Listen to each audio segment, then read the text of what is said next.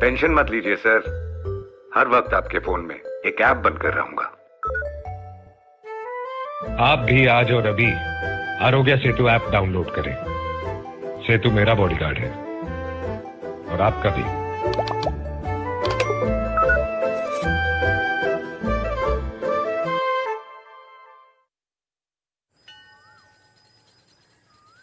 अरे बबलू, लॉकडाउन खुलते ही टहलने निकल पड़े। महामारी अभी फैली हुई है। सरपंच जी टहलने नहीं, काम पे वापस जा रहे हैं। तुझे डर नहीं लगता वायरस पकड़ लेगा? पहले थोड़ा बहुत डर लगता था, फिर पता चला कि अगर मैंने पूरी सावधानी बरती तो ये बीमारी होने की संभावना कम है। सबसे महत्वपूर्ण है ये मास्क। काम पर मास्क हमेशा पहनूंगा, समय समय पर हाथ धोता रहूंगा और दूसरों से हर वक्त कम से कम 2 गज की दूरी बनाए रखूंगा। खुद को, दूसरों को और अपने परिवार वालों को भी सुरक्षित रखूंगा। अरे भाई, मेरी जिम्मेदारी बनती है तुझे चेतावनी देना, सो दे दिया। जब देश के मेडिकल और स्वच्छता कर्मचारी रोज कोरोना वायरस से लड़ने का काम कर रहे हैं, तो हमारी भी तो जिम्मेदारी बनती है अपना काम करने की। बबलू, तुझे कुछ हो गया तो? हजारों लोग इस बीमारी को हराकर ठीक हो चुके हैं और अगर किसी कारण मुझे ये बीमारी हो भी जाए तो सरकार ने अस्पताल में हमारे इलाज के लिए पर्याप्त व्यवस्था कर रखी है। ये घबराने का वक्त नहीं, एक दूसरे का हौसला बढ़ाने का वक्त है। अरे ऐसे क्या देख रहा है? तू काम पे जाएगा, मैं नहीं जाऊंगा, नाक नहीं कट जाएगी मेरी। चलो। मास्क। हाँ, मास्क मास्क। अरे नाक तो ढक लो। हाँ। कोरोना वायरस से हमें लड़ाई जारी रखनी पड़ेगी, पर उससे डर कर नहीं, पूरी सावधानी के साथ डट कर चलिए। रुकी जिंदगी को आगे बढ़ाएं, देश को आत्मनिर्भर बनाएं। जय हिंद।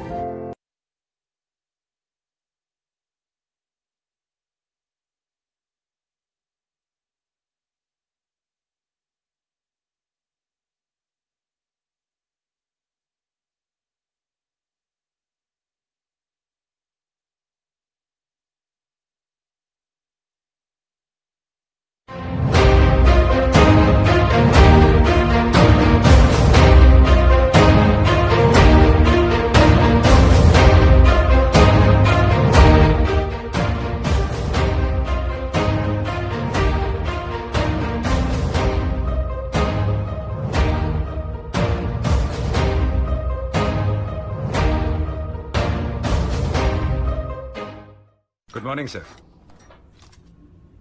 आप कौन? सर मैं आपका नया बॉडीगार्ड सेतु। सेतु? लेकिन मेरे पास तो ऑलरेडी बॉडीगार्ड्स हैं। सर मैं एक अलग टाइप का बॉडीगार्ड हूँ। कोरोना वायरस से आपकी बॉडी को सिर्फ सेतु ही गार्ड कर सकता है। कोरोना वायरस से? वो कैसे? सर वो ऐसे कि मैं आपको पहले ही बता देता हूँ कि आपको कोरोना वायरस से कोई खतरा तो नहीं। अच्छा, आपके आसपास कोई कोरोना पॉजिटिव हो तो मैं आपको पहले ही अलर्ट कर देता हूँ। कंटिन्यू। सर और तो और मैं आपको यह भी बताता हूँ कि आपसे आपके परिवार वालों को कोई खतरा तो नहीं। मुझसे मेरी फैमिली को क्या खतरा होगा यार? सर जानबूझ के थोड़ी। अगर अनजाने में आप किसी कोरोना पॉजिटिव इंसान के टच में आ गए तो मैं आपको फौरन अलर्ट कर दूंगा, ताकि कहीं आप इस बीमारी को अपनी फैमिली तक न पहुंचा दें।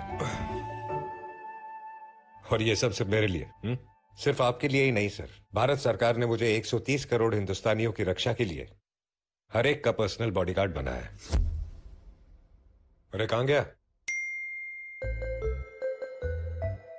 टेंशन मत लीजिए सर, हर वक्त आपके फोन में एक ऐप बनकर रहूंगा। आप भी आज और अभी आरोग्य सेतु ऐप डाउनलोड करें। सेतु मेरा बॉडीगार्ड है और आपका भी।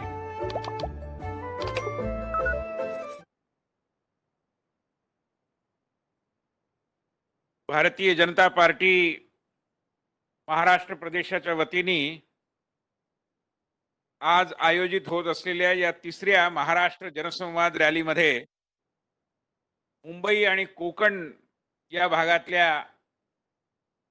हजारो बूथवरून या कार्यक्रमात सहभागी झालेले सर्व कार्यकर्ते, वेगवेगळ्या ठिकाणी मंचांवर उपस्थित असलेले सर्व नेते आणि कार्यक्रमात सहभागी झालेले बंधू आणि भगिनींनो, आज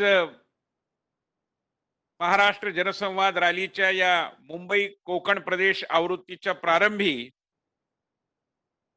मी आपल्या सगळ्यांना विनंती करतो की अलीकडेच देशाच्या सीमेचं संरक्षण करण्यात ज्यांनी आपल्या वीरतेचा परिचय दिला आणि काहींनी सर्वोच्च अशा प्रकारचं बलिदान केलं, त्याग केला, समर्पण केलं.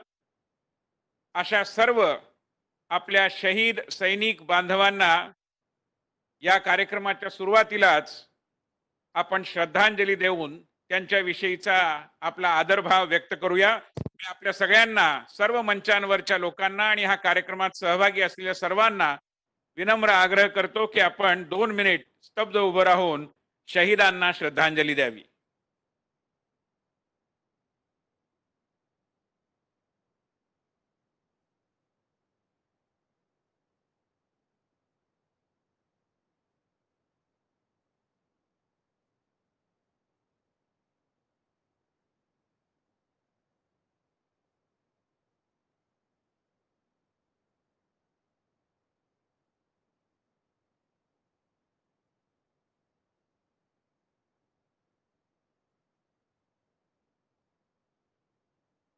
धन्यवाद.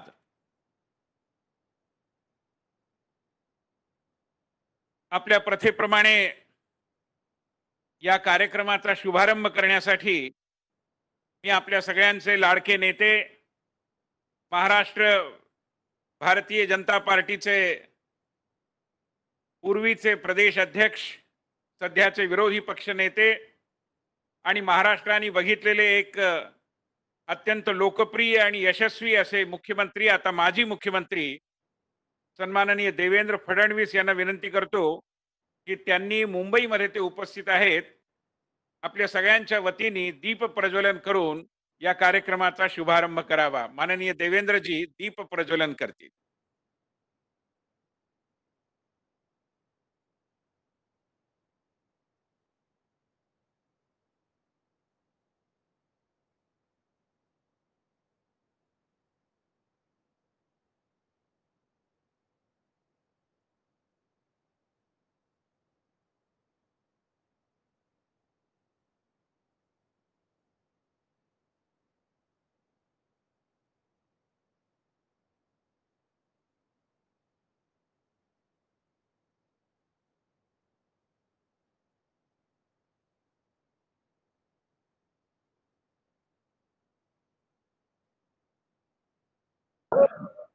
दीप प्रज्वलनानंतर आपण आता कार्यक्रमाच्या पुढच्या टप्प्याकडे वळतो आहोत.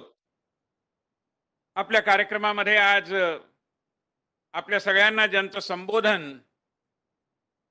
ऐकण्याचा योग आलेला आहे, अशा आपल्या सगळ्यांच्या परिचित भारतीय जनता पार्टीच्या एक ज्येष्ठ नेत्या आणि केंद्रामध्ये सध्या महिला, बालकल्याण आणि वस्त्रोद्योग या विषयाचं मंत्रिपद सांभाळणाऱ्या नामदार माननीय स्मृती इराणीजी, त्याचबरोबर विविध ठिकाणी मुंबईत आणि सिंधुदुर्गमध्ये मंचांवर उपस्थित असलेले सर्व मान्यवर, प्रदेशाचे अध्यक्ष माननीय चंद्रकांतदादा पाटील, माननीय माजी मुख्यमंत्री देवेंद्रजी फडणवीस, माननीय माजी मुख्यमंत्री नारायणजी राणे, माननीय विरोधी पक्षनेते प्रवीणजी दरेकर आणि अन्य सर्व नेते मंडळी, त्याचबरोबर जे विशेषत्वाने या कार्यक्रमामध्ये आपापल्या ठिकाणाहून उपस्थित आहेत असे माननीय केंद्रीय मंत्री पियुषजी गोयल, महाराष्ट्र प्रदेशाच्या भारतीय जनता पार्टीच्या प्रभारी आणि राष्ट्रीय सरचिटणीस सरोज दीदी पांडे,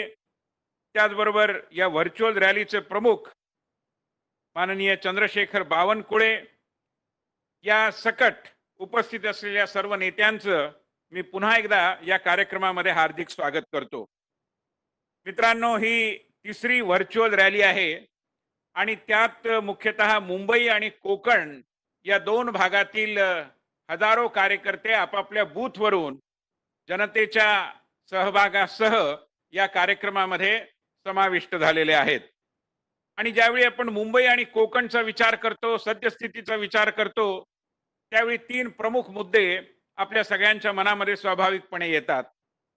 एक म्हणजे संबंध देश सध्या कोरोनाशी 2 हात करतो आहे, लढतो आहे, परंतु त्यामध्ये मुंबई शहराची परिस्थिती ही संबंध देशाच्या चिंतेचा विषय झालेली आहे. अशा वेळी विरोधी पक्ष या नात्याने जे काम करायला हवं ते आपण करतोच आहोत, पण त्याचबरोबरीने जनतेची, रुग्णांची, रुग्णांच्या नातेवाईकांची, या लढाईमध्ये समर्थपणे आपल्याला साथ देत असलेल्या सर्व डॉक्टर्सची, परिचारिकांची साथ संगत करून त्यांचं मनोबल वाढवण्याचं आणि विविध प्रकारांनी सेवा कार्याच्या माध्यमातून उपेक्षित, शोषित, पीडित बांधवांपर्यंत पोहोचण्याचं काम भारतीय जनता पार्टीचे मुंबईचे कार्यकर्ते अत्यंत प्रभावीपणे करीत आहेत. कोकणाच्या बाबतीत विचार केला, अलीकडेच मी कोकणमधल्या निसर्ग वादळांनी ग्रसित अशा भागांमध्ये जाऊन आलो आणि त्यावेळी त्या ठिकाणचं दृश्य हे निश्चितपणे आपल्या सगळ्यांना विचार करायला लावणार आहे. कोकणासारखा निसर्ग सुंदर प्रदेश एकाच वेळी कोरोनाशी लढतो आहे आणि त्याच बरोबर निसर्ग वादळांनी उत्पन्न केलेल्या विध्वंसाचा देखील सामना करतो आहे. परंतु आमचा चिवट आणि जिद्दी असा जो कोकणी मनुष्य आहे, आमचे जे कोकणी बंधू भगिनी आहेत, ते सगळे समर्थपणे या आव्हानाचा देखील मुकाबला करतायत असं आपल्याला दृश्य कोकणामध्ये गेल्यानंतर दिसून येतं. त्यामुळे एकाच वेळेला कोरोना आणि कोरोनाच्या संकटावर मात करण्याची जिद्द, निसर्गासारख्या आसमानी संकटाचा मुकाबला करण्याचा निर्धार आणि त्याच वेळी सीमेवर आपल्या शेजारी राष्ट्रांनी आपल्याला एक प्रकारे आव्हान देण्याची केलेली भाषा आणि कृती, या एका संमिश्र वातावरणामध्ये आपण या जनसंवाद रॅलीमध्ये सहभागी झालेलो आहोत. आपल्याला सगळ्यांना माहिती आहे की भारताचे शूरवीर जवान, आपले अनेक सैनिक सीमेवरती भारतीय सैन्याचे प्रतिनिधी म्हणून, भारतीय सैन्याचे सदस्य म्हणून सीमेचं संरक्षण करण्यात व्यस्त आहेत. आणि दुसरीकडे आपण पाहतो की आपल्या देशातला प्रमुख विरोधी पक्ष हा जणू काही सीमेवरचं युद्ध हे चीनशी आहे ही गोष्ट विसरून भारतीय जनता पार्टीशी उभा दावा मांडल्यासारखा आपल्यालाच एक प्रकारे या सगळ्या विषयामध्ये वादंगामध्ये ओढण्याचा प्रयत्न करतो आहे. आणि या सगळ्या वातावरणामध्ये जनतेची प्रतिक्रिया ही स्वाभाविकपणे सीमेवर लढणाऱ्या सैनिकांच्या पाठीशी उभे राहण्याची आणि त्या सैनिकांचं मनोबल वाढवणाऱ्या केंद्र सरकारच्या आणि माननीय पंतप्रधान नरेंद्र मोदी यांच्या पाठीशी उभं राहण्याची आहे. अशा वातावरणामध्ये आपण या जनसंवाद रॅलीमध्ये एकाच वेळी केंद्र सरकारच्या प्रथम वर्ष पूर्तीच्या निमित्ताने कामाचा हिशोबही देतो आहोत आणि एक नवीन आत्मनिर्भरता पर्व जे देशामध्ये सुरू झालेला आहे, त्या पर्वाचा जो एक नवीन अध्याय सुरू झाला आहे, त्या अध्यायाची माहिती देखील लोकांना देतो आहोत. अशा या कार्यक्रमामध्ये सुरुवातीला श्रीमती स्मृती इराणी आपल्यामध्ये उपस्थित आहेत. मी त्यांचं मनपूर्वक हार्दिक स्वागत आता करतो आणि त्यानंतर आपले कोकण आणि मुंबई मंचावरती जे सगळे नेते उपस्थित आहेत त्यांचा परिचय करून देण्याची विनंती मी मनोजजी कोटक यांना करतो. स्मृतीजींचा मी परिचय करून देणार आहे, तो त्यांना भाषणाला बोलावण्यापूर्वी, पण तत्पूर्वी त्या या कार्यक्रमामध्ये सहभागी झाल्या. या निमित्ताने संपूर्ण महाराष्ट्राच्या वतीने मी श्रीमती स्मृती इराणी यांचं भारतीय जनता पार्टीचा पटका त्यांना प्रस्तुत करून त्यांचं हार्दिक स्वागत करतो. त्यानंतर मनोज कोटक यांनी दोन्ही मंचावर उपस्थित असलेल्या सर्व नेत्यांचा संक्षिप्त परिचय करून द्यावा. त्यानंतर आपण कार्यक्रमाच्या पुढच्या टप्प्याकडे वळू.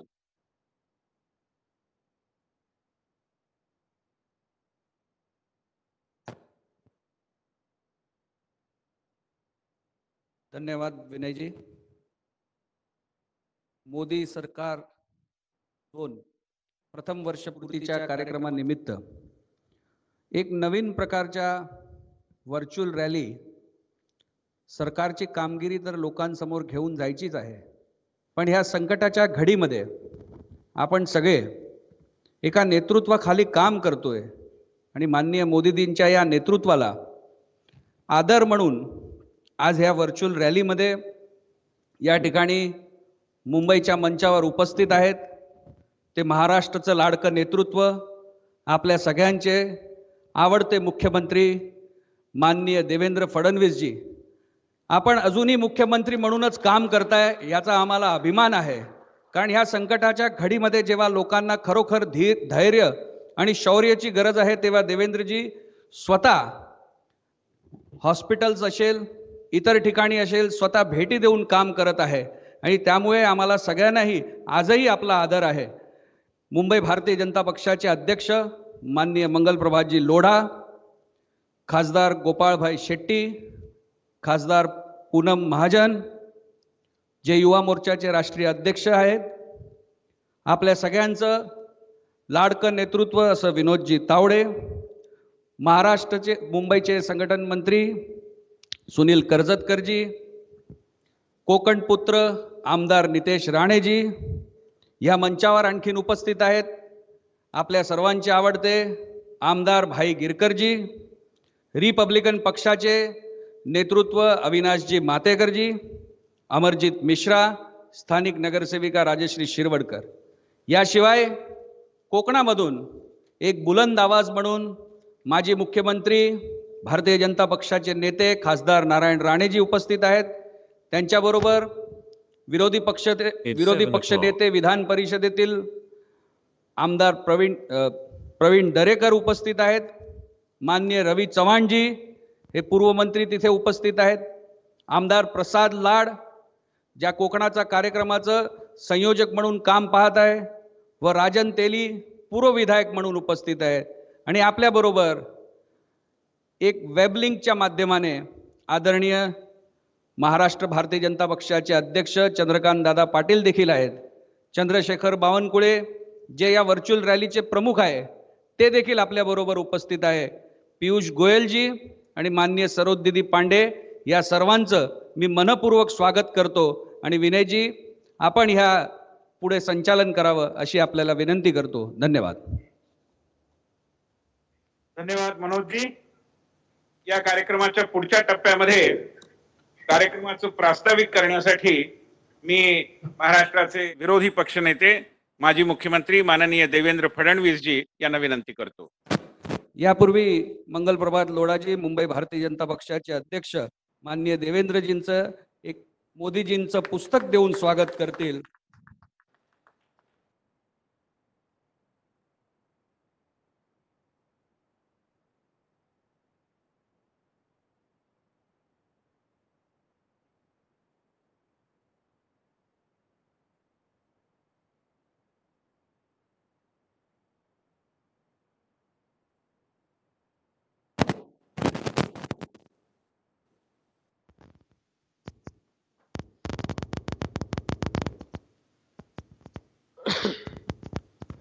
हिंदवी स्वराज्याचे सरसंस्थापक छत्रपती शिवाजी महाराज यांना मानाचा मुजरा. भारतीय राज्यघटनेचे शिल्पकार भारतरत्न डॉक्टर बाबासाहेब आंबेडकर यांना मानवंदना अर्पित करतो. त्याचप्रमाणे भारताच्या सीमेवर लढताना आमच्या ज्या जवानांना शहीद व्हावं लागलं असे सर्व आमचे जवान आणि त्याचप्रमाणे 4 दिवसापूर्वी पुलवामा इथे शहीद झालेले आपल्या सोलापूरचे सुपुत्र सुनील काळे यांना देखील या ठिकाणी श्रद्धांजली अर्पण करतो. आजच्या आपल्या जनसंवाद कार्यक्रमाच्या प्रमुख वक्त्या केंद्रीय मंत्री माननीय स्मृती इराणीजी, विनय सहस्त्रबुद्धेजी, पियुष गोयलजी, सरोजताई पांडे, त्याचप्रमाणे आपल्यासोबत उपस्थित असलेले महाराष्ट्र भारतीय जनता पक्षाचे अध्यक्ष चंद्रकांत दादा पाटील, सन्माननीय मंगलप्रभात लोढाजी, पूनमताई महाजन, गोपाळ शेट्टीजी, मनोज कोटकजी, विनोद तावडेजी, अविनाश महातेकरजी, नितेश राणेजी, भाई गिरकरजी, अमरजीत मिश्राजी,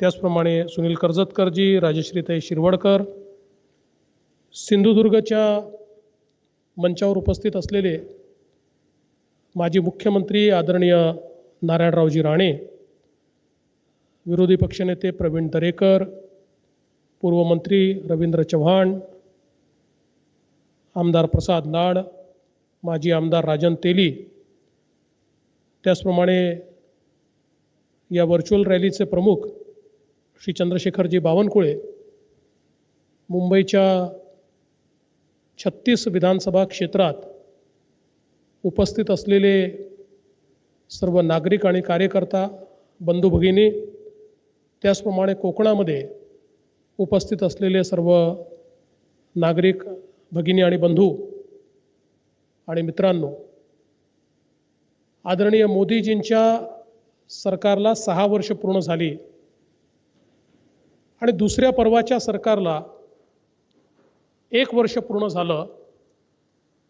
त्यानिमित्ताने एक मोठा संवाद आणि त्या संवादाची एक मालिका संपूर्ण देशामध्ये भारतीय जनता पक्षाने सुरू केली.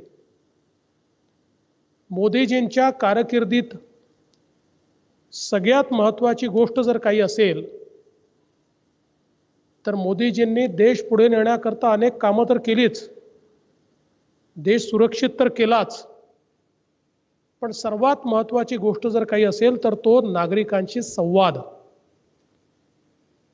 गेल्या 6 वर्षामध्ये सातत्याने वेगवेगळ्या माध्यमातून नागरिकांपर्यंत थेट माननीय पंतप्रधान पोचलेले कार्यक्रमांच्या माध्यमातून आपण बघितले, मन की बातच्या माध्यमातून आपण बघितले, परीक्षांच्या संदर्भातल्या मार्गदर्शनातून आपण बघितले आणि इतक्या वेगवेगळ्या प्रकारे नागरिकांपर्यंत ते पोचले.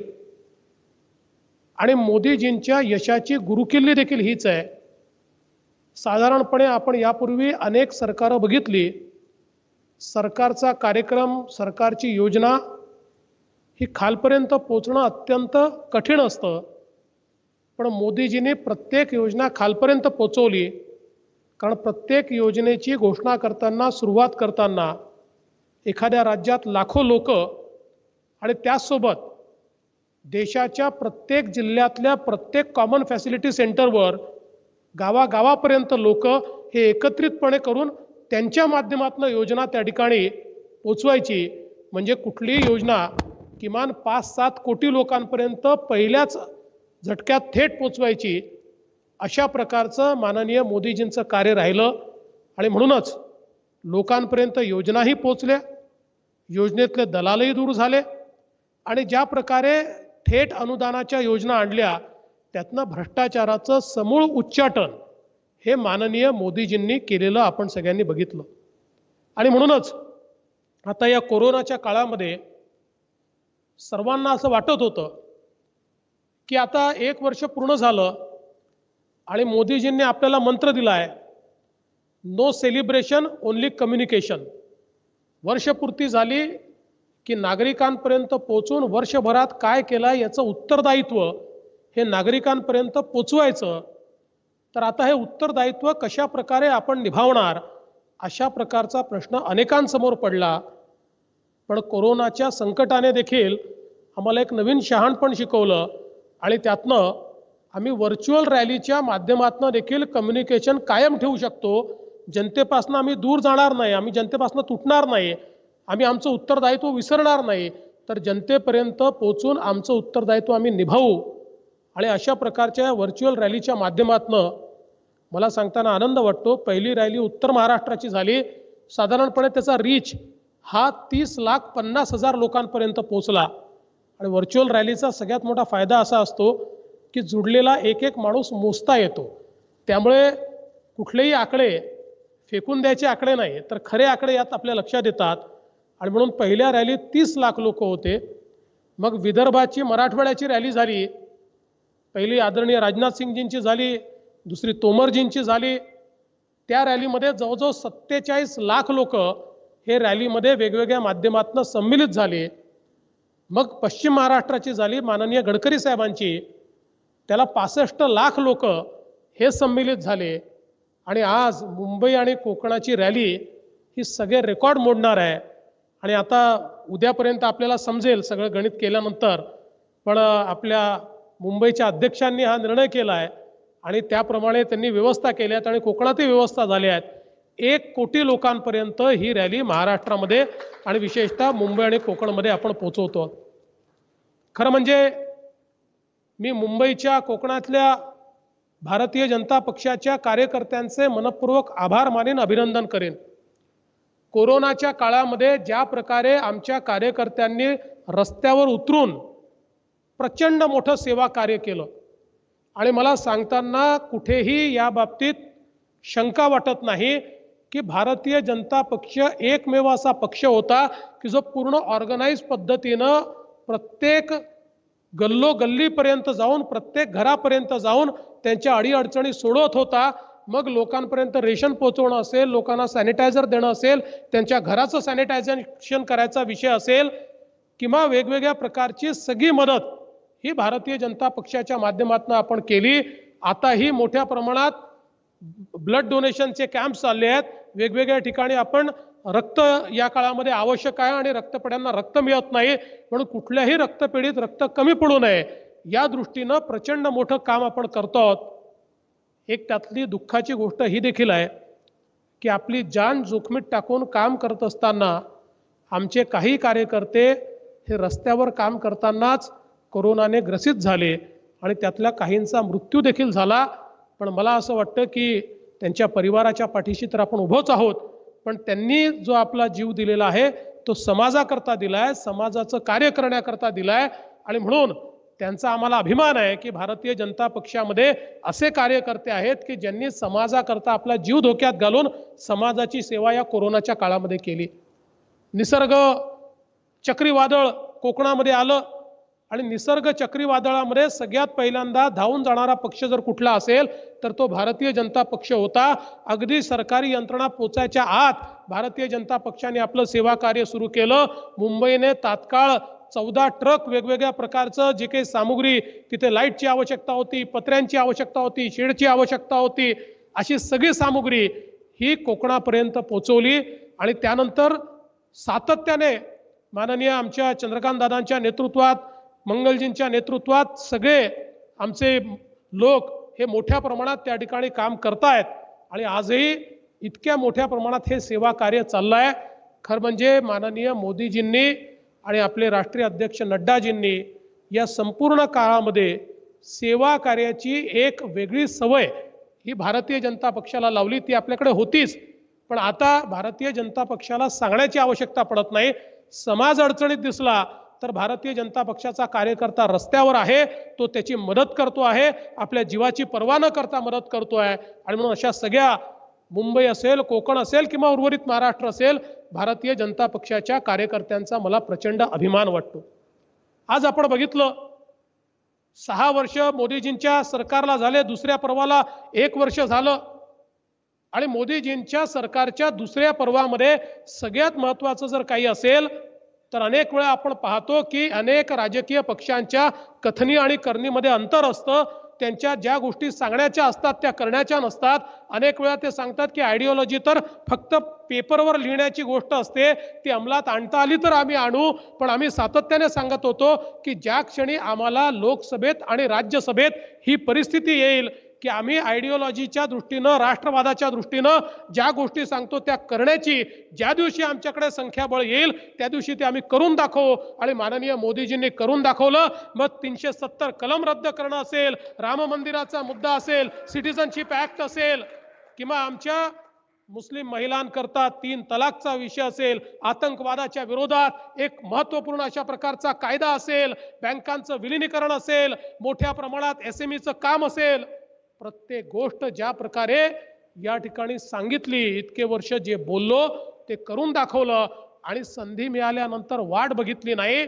तर मला म्हणजे आपण सगळे क्रिकेट प्रेमी असल्यामुळे ज्या प्रकारे फटकेबाजी या ठिकाणी माननीय मोदीजींच्या सरकारनं, आता शब्द खरं इथे चुकीचा आहे, पण ज्या प्रकारची फटकेबाजी या ठिकाणी केलेली आहे, मला असं वाटतं की संपूर्ण देशाने बघितलं एक मजबूत नेता ज्यावेळेस मिळतो त्यावेळेस कशा प्रकारे निर्णायक सरकार असतं आणि ते सरकार कशा प्रकारे सामान्य माणसाच्या जीवनामध्ये परिवर्तन आणू शकतं.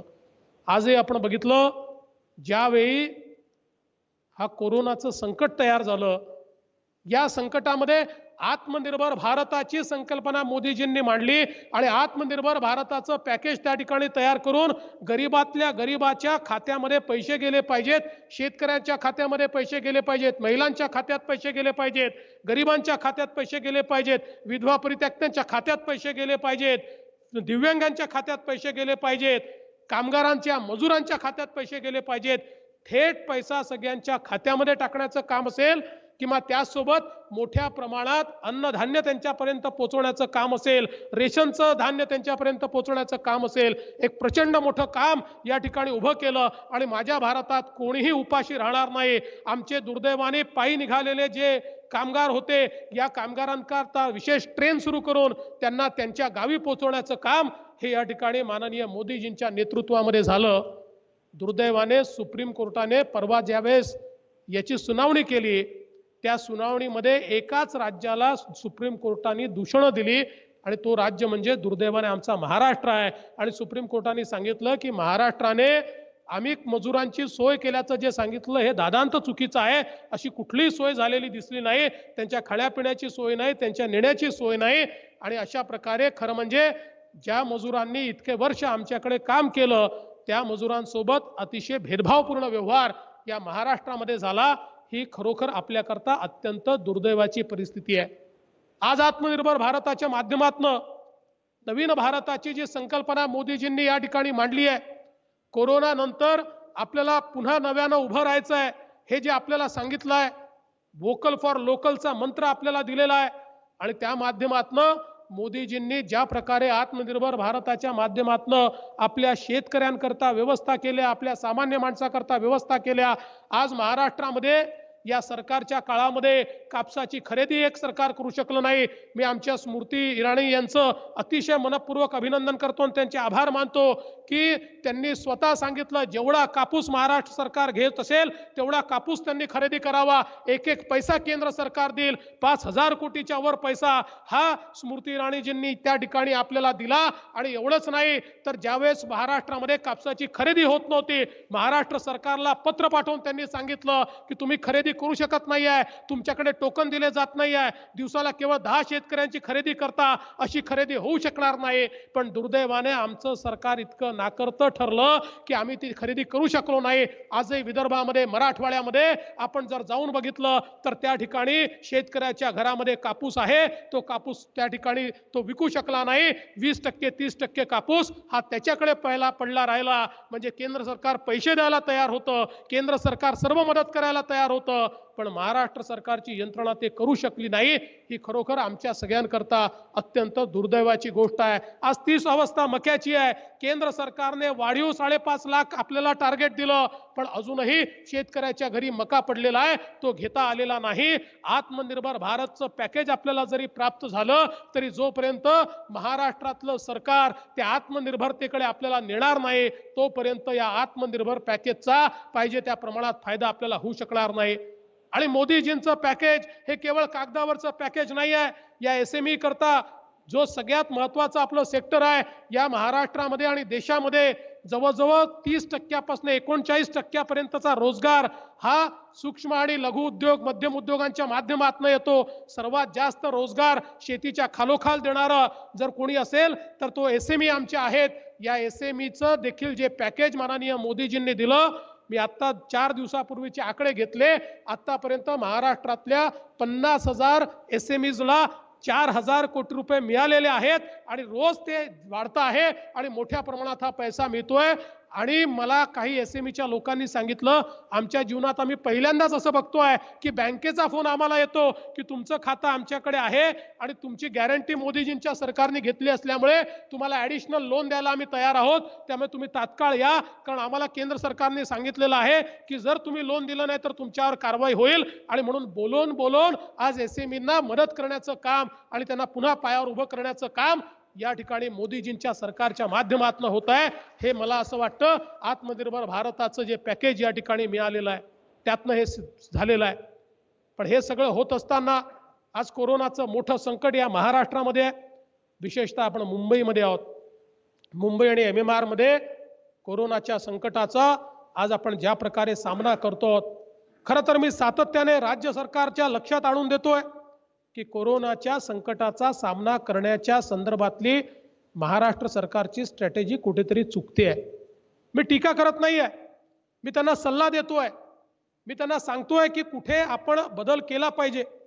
आज आपण बघा, देशामध्ये एकूण जेवढ्या टेस्ट झाल्या, एकूण टेस्ट जेवढ्या झाल्या त्या टेस्टमध्ये पॉझिटिव्हिटीचं म्हणजे संक्रमणाचं प्रमाण किती आहे, तर देशामध्ये संक्रमणाचं प्रमाण 6.4% आहे. महाराष्ट्रामध्ये ते किती आहे?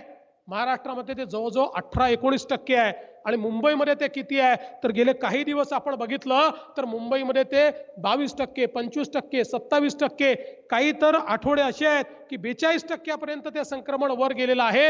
आणि MMR रिजनची एक एक महानगरपालिका जर आपण बघितली, कुठे 30% आहे, कुठे 35% आहे, कुठे 45% आहे. इतकं प्रचंड संक्रमण या ठिकाणी वाढलेलं असताना दुर्दैवाने टेस्ट कमी करणं ही जर सरकारची स्ट्रॅटेजी असेल तर त्यातनं मोठ्या अडचणी तयार होणार आहेत. कारण टेस्ट कमी केल्या तर जे एसिम्प्टोमॅटिक पेशंट्स आहेत त्यांना कधीच कळणार नाही की आपल्याला कोरोना आहे. ते अन्य लोकांना कोरोनाची लागण करतील, त्यांना तर काही होणार नाही, पण ज्यांना कोमॉर्बिडिटी आहे असे मात्र त्या कोरोनाच्या लागणीमुळे मृत्यूकडे जातील. आणि हीच परिस्थिती आज आपल्याला पाहायला मिळते. मुंबईमध्ये सातत्याने 4, 4.5, 5 हजाराच्या वर टेस्टिंगच करायचं नाही.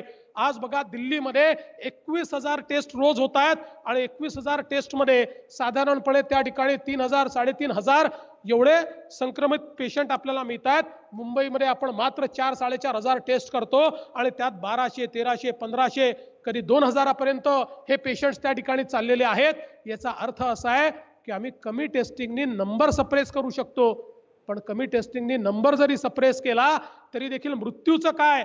आज आपण बघितलं असेल एकूण देशात जेवढे मृत्यू झाले त्या मृत्यूच्या 46% मृत्यू एकट्या महाराष्ट्रामध्ये झालेले आहेत. याचं कारण, आणि त्यातही प्रामुख्याने मृत्यू हे मुंबईमध्ये झालेले आहेत, याचं कारण आमची स्ट्रॅटेजी ही नंबर दडवण्याची आहे. आम्ही कोरोनाची लढाई ही कोरोनाशी करत नाहीये, आम्ही संक्रमणाशी करत नाहीये, आमची लढाई ही नंबरशी चाललेली आहे. किती संख्या वाढली, किती कमी झाली, याच्या संदर्भात जर आम्ही लढाई करत राहिलो तर ही लढाई यशस्वी होणार नाही. आणि म्हणून जास्तीत जास्त टेस्टिंग करून, ज्या लोक असिम्प्टोमॅटिक आहेत त्यांना आयसोलेट करून आणि ज्या लोकांना उपचाराची आवश्यकता आहे त्यांना उपचार देऊनच आम्ही ही लढाई जिंकू शकतो. पण दुर्दैवाने असं होताना दिसत नाही आणि त्यामुळे मोठ्या प्रमाणात आता हे संक्रमण जवळजवळ संपूर्ण महाराष्ट्रामध्ये मोठ्या प्रमाणात वाढत आहे. एक आपण जर पूर्व विदर्भाचा भाग जर सोडला तर बाकी उर्वरित महाराष्ट्रामध्ये प्रचंड मोठ्या प्रमाणात जवळजवळ सगळ्या शहरांमध्ये हे संक्रमण वेगानं वाढत आहे. ही आमच्याकरता अत्यंत काळजीची अशा प्रकारची परिस्थिती आहे. आणि म्हणून मला असं वाटतं की महाराष्ट्रामध्ये विशेषतः मुंबईमध्ये यावर चांगली उपाययोजना झाली पाहिजे, योग्य प्रकारे टेस्टिंग झालं पाहिजे, लोकांना फॅसिलिटी मिळाल्या पाहिजे. आज ज्या प्रकारचा कोरोनाच्या काळातही भ्रष्टाचाराची प्रकरणं बाहेर येत आहेत, कोरोनाच्या लढाईमध्ये देखील जर भ्रष्टाचार होत असेल, कोरोनाच्या तयारीमध्ये देखील भ्रष्टाचार होत असेल आणि कोरोनाच्या खरेदीतही भ्रष्टाचार होत असेल, तर मला असं वाटतं की मग असं जर आपण म्हटलं की ईश्वरच मालक आहे, अशा प्रकारची अवस्था या ठिकाणी जी तयार होते आहे, मला असं वाटतं या सरकारने या संदर्भात गांभीर्याने लक्ष दिलं पाहिजे. होय, आम्ही सरकारला मदत करायला तयार आहोत, आम्ही सरकारला पाहिजे ती मदत द्यायला तयार आहोत, पण सरकारला देखील या लढाईमध्ये ताकदीनं उतरावं लागेल. आज आपण बघतोय कोकणामध्ये निसर्ग वादळाच्या नंतर जी प्रचंड अवस्था तयार झाली, जवळजवळ त्या वादळानंतर सर्व भारतीय जनता पक्षाचे आमदार कोकणामध्येच आहेत. सातत्याने एकेका मतदारसंघामध्ये, एकेका तालुक्यामध्ये बसून त्या ठिकाणी काय मदत करता येईल ती मदत मोठ्या प्रमाणात चाललेली आहे. आमचे विरोधी पक्षनेते त्या ठिकाणी गेले, त्यांच्यासोबत सगळे आमदार गेले, मी स्वतः गेलो. वेगवेगळ्या प्रकारची मदत आपण त्या ठिकाणी केली आहे. पण सरकारच्या मदतीचं काय? सरकारने जी मदत घोषित केली तितकी तुटपुंजी मदत आहे की गुंठ्यामध्ये जर ती मदत आपण बघितली तर 500 रुपये गुंठ्याची मदत ही कोकणी माणसाला त्या ठिकाणी दिली जाणार आहे. आजही कोकणाच्या बऱ्याच भागामध्ये इतके दिवस वादळाला होऊन गेले पण अजूनही लाईट आलेली नाही. त्यामुळे त्याही ठिकाणी मोठ्या प्रमाणात कुठेतरी आपल्या सरकारचं फेलियर हे आपल्याला पाहायला मिळत आहे. आमचे मासेमारी करणारे जे लोक आहेत यांना कुठली मदत अद्याप मिळालेली नाही. केवळ थातूर मातूर काही लोकांना, जवळच्या लोकांना चेक वाटपाचे कार्यक्रम करायचे आणि त्यानंतर मात्र मदत कुठेही दिसत नाही. ही अवस्था अत्यंत वाईट आहे. आणि म्हणून मला असं वाटतं की या संपूर्ण कोकणाला मोठ्या प्रमाणात मदत ही राज्य सरकारने केली पाहिजे. मी केंद्रीय मंत्र्यांचे आभार मानतो. आम्ही निसर्ग वादळ झाल्या 2 दिवसांनी माननीय तोमर साहेबांसोबत व्हिडिओ कॉन्फरन्सिंग केलं, त्यांना सांगितलं नारळाचं नुकसान झालंय, सुपारीचं नुकसान झालंय. त्यांनी तात्काळ राष्ट्रीय नारळ बोर्डाची टीम त्या ठिकाणी पाठवली आणि त्या टीमने आता नुकतंच त्या ठिकाणी जाऊन सर्व असेसमेंट केलाय आणि त्या संदर्भातली मदत केंद्र सरकार देखील देतोय. आता प्रश्न केंद्र आणि राज्याचा नाही आहे. खरं म्हणजे आत्मनिर्भर भारत पॅकेजच्या माध्यमातून महाराष्ट्राला 28,000 कोटी रुपये हे केंद्र सरकारने आतापर्यंत दिले आहेत आणि अजून पैसा महाराष्ट्राला मिळणार आहे. आता महाराष्ट्राने आणि केंद्र सरकारने हातात हात घालून काम करण्याची वेळ आहे. आज आपण बघतोय दिल्लीमध्ये दिल्लीचे मुख्यमंत्री अरविंद केजरीवालजी यांनी केंद्र सरकारची मदत घेतली आणि केंद्र सरकार आणि राज्य सरकार हातात हात घालून आज दिल्लीमध्ये त्या ठिकाणी काम करतायत, महानगरपालिका काम करतायत आणि एक चांगली लढाई कोरोना सोबत सुरू केली आहे. या ठिकाणी मात्र हे जे आघाडीचं सरकार आहे यातले अनेक मंत्री या केंद्र सरकारवर त्यांना दोष देणं याच्या व्यतिरिक्त काहीच करत नाही. आपलं कुठलं कर्तृत्व दाखवायला तयार नाही आणि केवळ केंद्र सरकारला दोष दिला जातोय. ज्या प्रकारे आज या लॉकडाऊन संपल्यानंतर विजेचे बिल लोकांना मिळत आहेत, ज्या प्रकारे वीज दरवाढ झालेली आहे, ज्या प्रकारे अक्षरशः लोकांच्या डोळ्यात पाणी येईल अशा प्रकारची वीज बिलांची अवस्था या ठिकाणी सावकारासारखी. म्हणजे मी पाहिलं ते आमचे माननीय मंत्री म्हणाले आम्ही सरकार आहोत, सावकार नाही, पण तुमचे बिलं सावकारापेक्षा भयानक आहेत हे या सरकारला मला सांगायचं आहे. आणि म्हणून याही संदर्भात सरकारने कारवाई केली पाहिजे. मी पुन्हा एकदा सांगतो, आत्मनिर्भर भारत करण्याकरता मोदीजी प्रयत्न करतायत, पण त्या प्रयत्नामध्ये महाराष्ट्राला देखील अग्रेसर यावं लागेल, अग्रेसर भूमिका घ्यावी लागेल आणि महाराष्ट्राला देखील या आत्मनिर्भरतेचा मंत्र जपावा लागेल, वोकल फॉर लोकल व्हावं लागेल, तरच आपला देश पुढे जाऊ शकेल. मी या निमित्ताने पुन्हा एकदा आपल्या सगळ्यांच्या वतीनं मोदीजींच्या दुसऱ्या पर्वाच्या सरकारला शुभेच्छा देतो. कोरोनाच्या संकटामध्ये आपण सगळे मिळून लढू आणि आज ज्या प्रकारे आपले होम मिनिस्टर अमित भाई शाह यांनी सांगितलं की आम्ही चायनालाही हरू आणि चायनीज व्हायरसलाही हरू, मला विश्वास आहे की आम्ही चायनीज व्हायरसला हरवल्याशिवाय या ठिकाणी राहणार नाही. आमच्या जवानांनी चीनच्या सीमेवर 1 इंच जमीन जाऊ दिली नाही, आपलं बलिदान दिलं, आपला 1 इंच भूमीचा एक तुकडा देखील गेलेला नाही आणि म्हणून अशा जवानांच्या पाठीशी तर उभे राहूच, पण त्याचसोबत या चीनी व्हायरसला हरवण्याकरता संपूर्ण देश एकत्रित ठेवू अशा प्रकारचा विश्वास व्यक्त करतो आणि माझं बोलणं संपवतो. धन्यवाद. जय हिंद, जय महाराष्ट्र.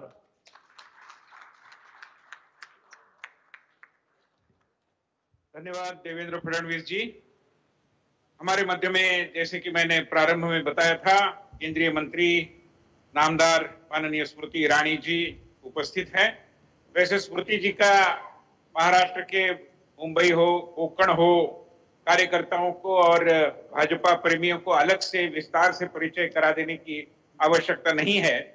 उन्होंने पहला चुनाव लोकसभा का दिल्ली से लड़ा था, वो कलकत्ते से भी कुछ ताल्लुक रखती है, मगर वो मूलतः मुंबई की है. ऐसा अगर मैं कहूं तो कोई उसमें अतिशयोक्ति नहीं होगी. और पहले वो भारतीय जनता पार्टी में विभिन्न पदों पर काम करती रही. उसके बाद भारतीय जनता पार्टी के राष्ट्रीय महिला मोर्चे के अध्यक्ष पद का दायित्व उन्होंने संभाला और 2014 में जैसे भारतीय जनता पार्टी की सरकार माननीय मोदी जी के नेतृत्व में स्थापन हुई, स्मृति जी किसी न किसी दायित्व का निर्वहन कर रही है. कैबिनेट मंत्री के रूप में मानव संसाधन विकास, सूचना और प्रसारण, और अभी वो महिला बाल कल्याण तथा वस्त्रोद्योग विकास का काम देख रही है. उनके बारे में ये भी बताना जरूरी है कि उन्होंने अमेठी में एक बहुत ही दिलचस्प और रोचक और ऐतिहासिक चुनाव में जो एक अपने कर्तृत्व का परिचय दिया है, मैंने वर्णन करने की आवश्यकता नहीं है. अमेठी के मतदाताओं को कुछ लोग कहते थे कि आप घराने पर निर्भर रहिए. स्मृति जी ने वहां पर जाकर कह दिया कि अमेठी भी आत्मनिर्भर हो सकती है. तो अमेठी की आत्मनिर्भरता की निर्माता, ऐसा अगर मैं उनका वर्णन करूं तो मैं मानता हूं कि वो बड़ा सार्थक वर्णन होगा. स्मृती जी आज आपल्यामध्ये उपस्थित आहेत. मी त्यांचं वर्णन महिला नेत्री असं करणार नाही, कारण भारतीय जनता पार्टीत महिला पुरुष सगळेजण नेतेच असतात आणि कार्यकर्त्यातून ते घडतात आणि त्यामुळे ते नेते होतात. पण आज या ठिकाणी मुंबई आणि कोकणाच्या कार्यकर्त्यांसमोर स्मृतीजींचं भाषण यानंतर होण्यापूर्वी मला आठवण होते ती स्वाभाविकरित्या दिवंगत श्रीमती जयवंतीबेन मेहता यांची, त्याचबरोबर मालतीबाई नरवणे यांची, कोकणातल्या आमच्या क्षेमाताई थत्ते यांची आणि अलीकडेच ज्यांचं निधन झालं त्या चंद्रकांता गोयल यांची, अशी ही नेतृत्वाची समर्थ परंपरा पुढे चालवणाऱ्या स्मृती इराणी यांना विनंती करतो की त्यांनी या व्हर्च्युअल सभेला संबोधित करावं. आज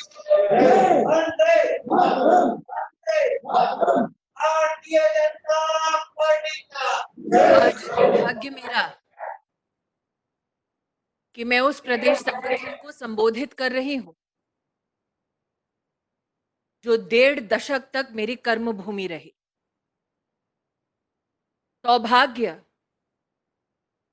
कि जिस व्यक्ति के साथ साल 2003 में महाराष्ट्र में युवा मोर्चा में काम करने का सौभाग्य प्राप्त हुआ, आज वो माजी मुख्यमंत्री न सिर्फ महाराष्ट्र में बल्कि राष्ट्र भर में अपने सुशासन के लिए जाने जाते हैं.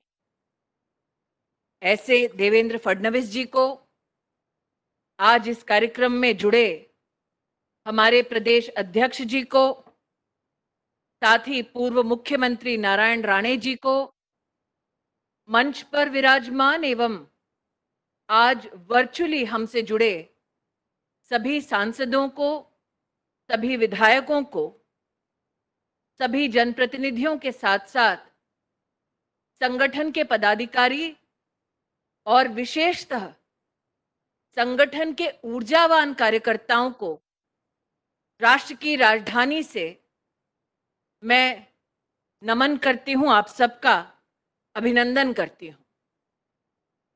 शायद ये अटपटा सा लगे कि वर्तमान परिस्थिति में जब वैश्विक महामारी कोरोना वायरस के आंकड़े देखे जाते हैं तो महाराष्ट्र संक्रमित की संख्या में पहले पायदान पर पाया जाता है. ऐसे में मेरा आप सबको अभिनंदन करना कुछ लोगों को शायद अटपटा लगे, लेकिन अभिनंदन है उन लोगों को जिन लोगों ने न सिर्फ डॉक्टर या नर्स की भूमिका में नहीं बल्कि साथ ही स्वयंसेवी संस्थाओं के माध्यम से, भाजपा के संगठन के माध्यम से वैश्विक महामारी कोरोना से जूझने के लिए अपना योगदान दिया. आज उन लोगों का मनपूर्वक आभार और अभिनंदन करना चाहूंगी.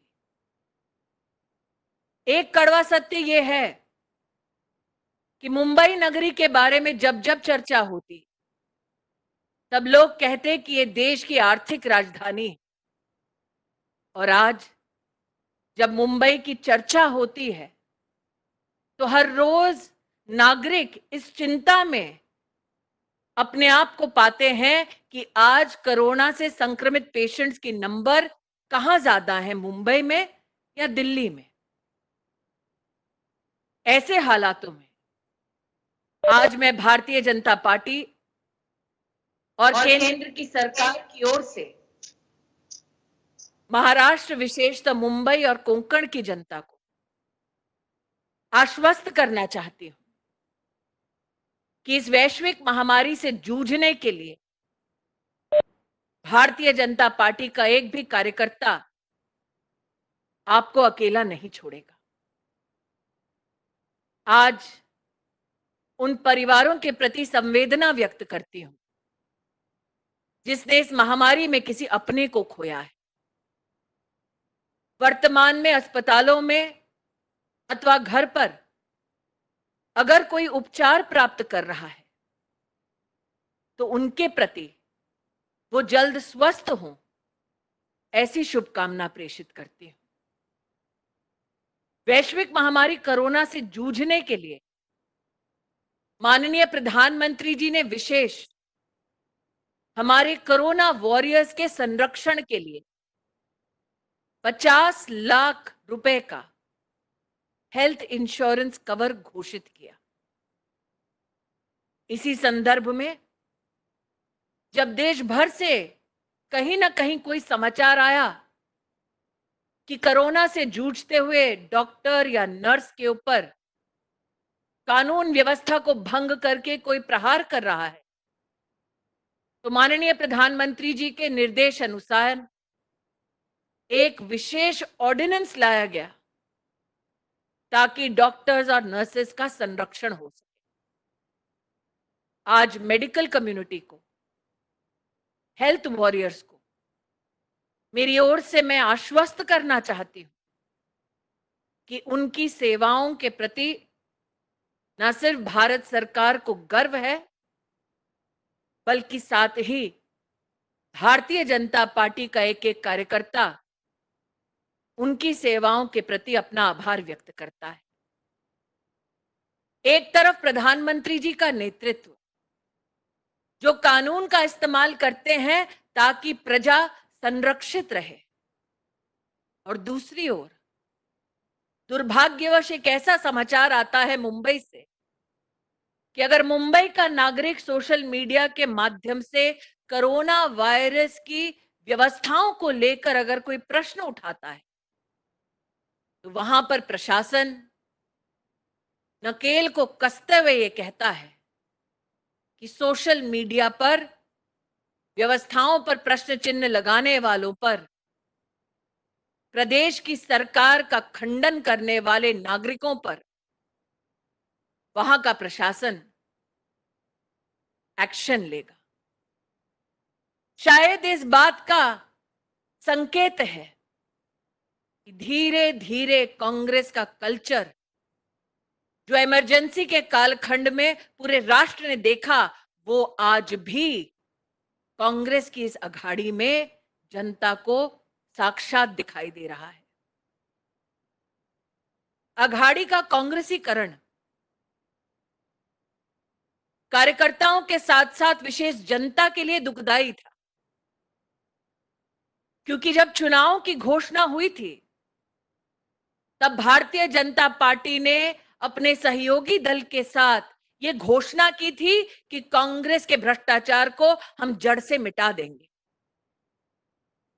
कौन जानता था कि चुनाव के बाद सत्ता की लालसा में वो लोग कांग्रेस से हाथ मिला लेंगे जिन लोगों ने जीवन भर कांग्रेस के भ्रष्टाचार के खिलाफ भारतीय जनता पार्टी के साथ आवाज उठाई।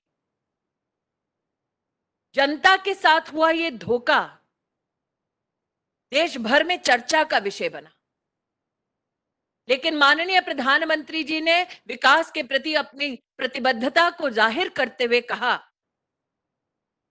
सरकार भले ही कांग्रेस के नेतृत्व में बनी हो, लेकिन जनता आज भी हमारे लिए वंदनीय है और उस जनता की हम निरंतर सेवा करते रहेंगे।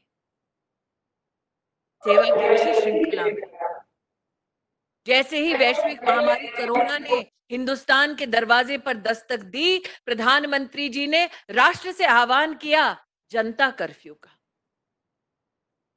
विपक्षी दलों ने उपहास उठाते हुए कहा, इस जनता कर्फ्यू में जनता का सहयोग लेकर प्रधानमंत्री जी को क्या लाभ है?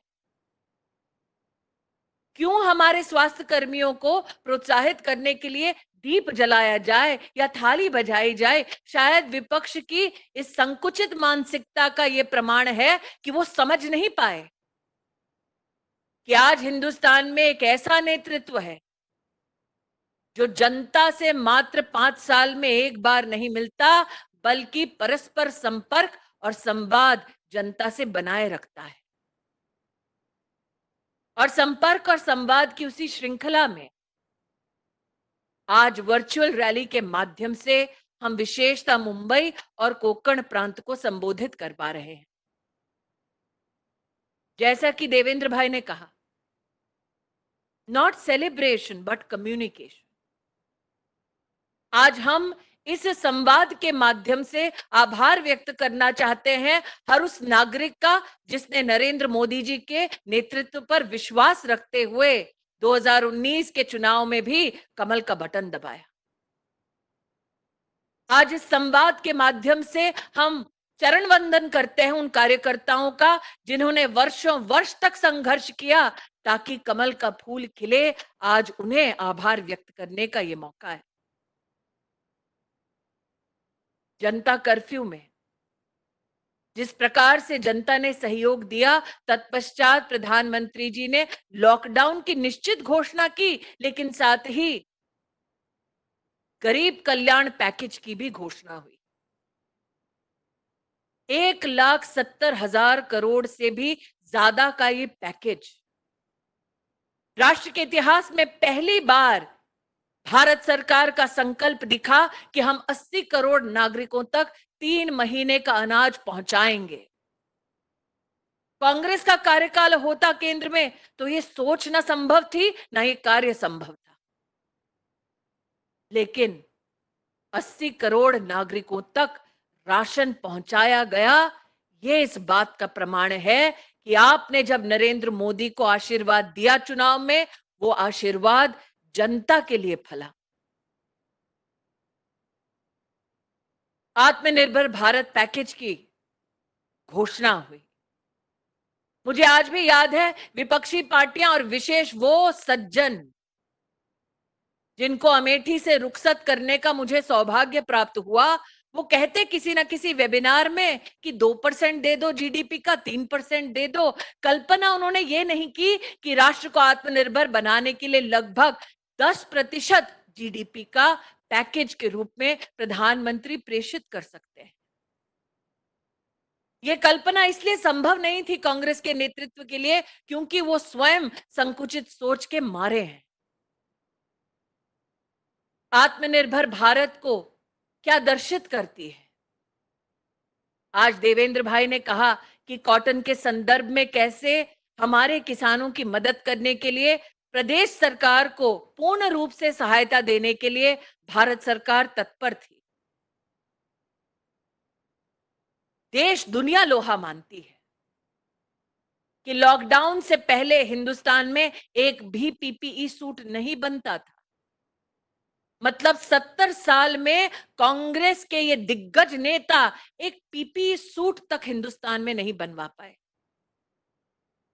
वो सूट जो आज हेल्थ प्रोफेशनल्स का संरक्षण करता है, वो बना हिंदुस्तान में मेक इन इंडिया का सबसे उज्जवल उदाहरण बना मात्र 2 महीने की अवधि में।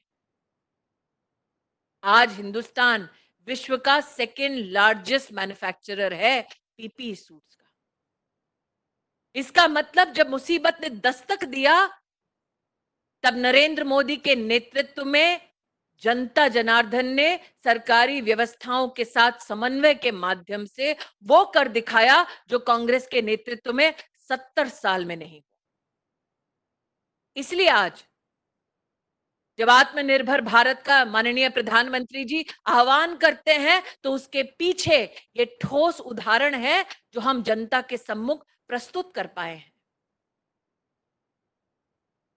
मुझे आज भी याद है, साल 2014 में जब पहली बार प्रधानमंत्री जी देश की संसद में प्रवेश कर रहे थे, तो उन्होंने चौखट पर अपना शीश झुकाया था और अपने आप को देश का प्रधान सेवक घोषित किया था। उपहास किया था कांग्रेस वालों ने, सिर्फ 14 में नहीं बल्कि उस चुनाव से भी पहले, और कहा था कि एक चाय वाला कभी भी देश का प्रधानमंत्री नहीं बन सकता।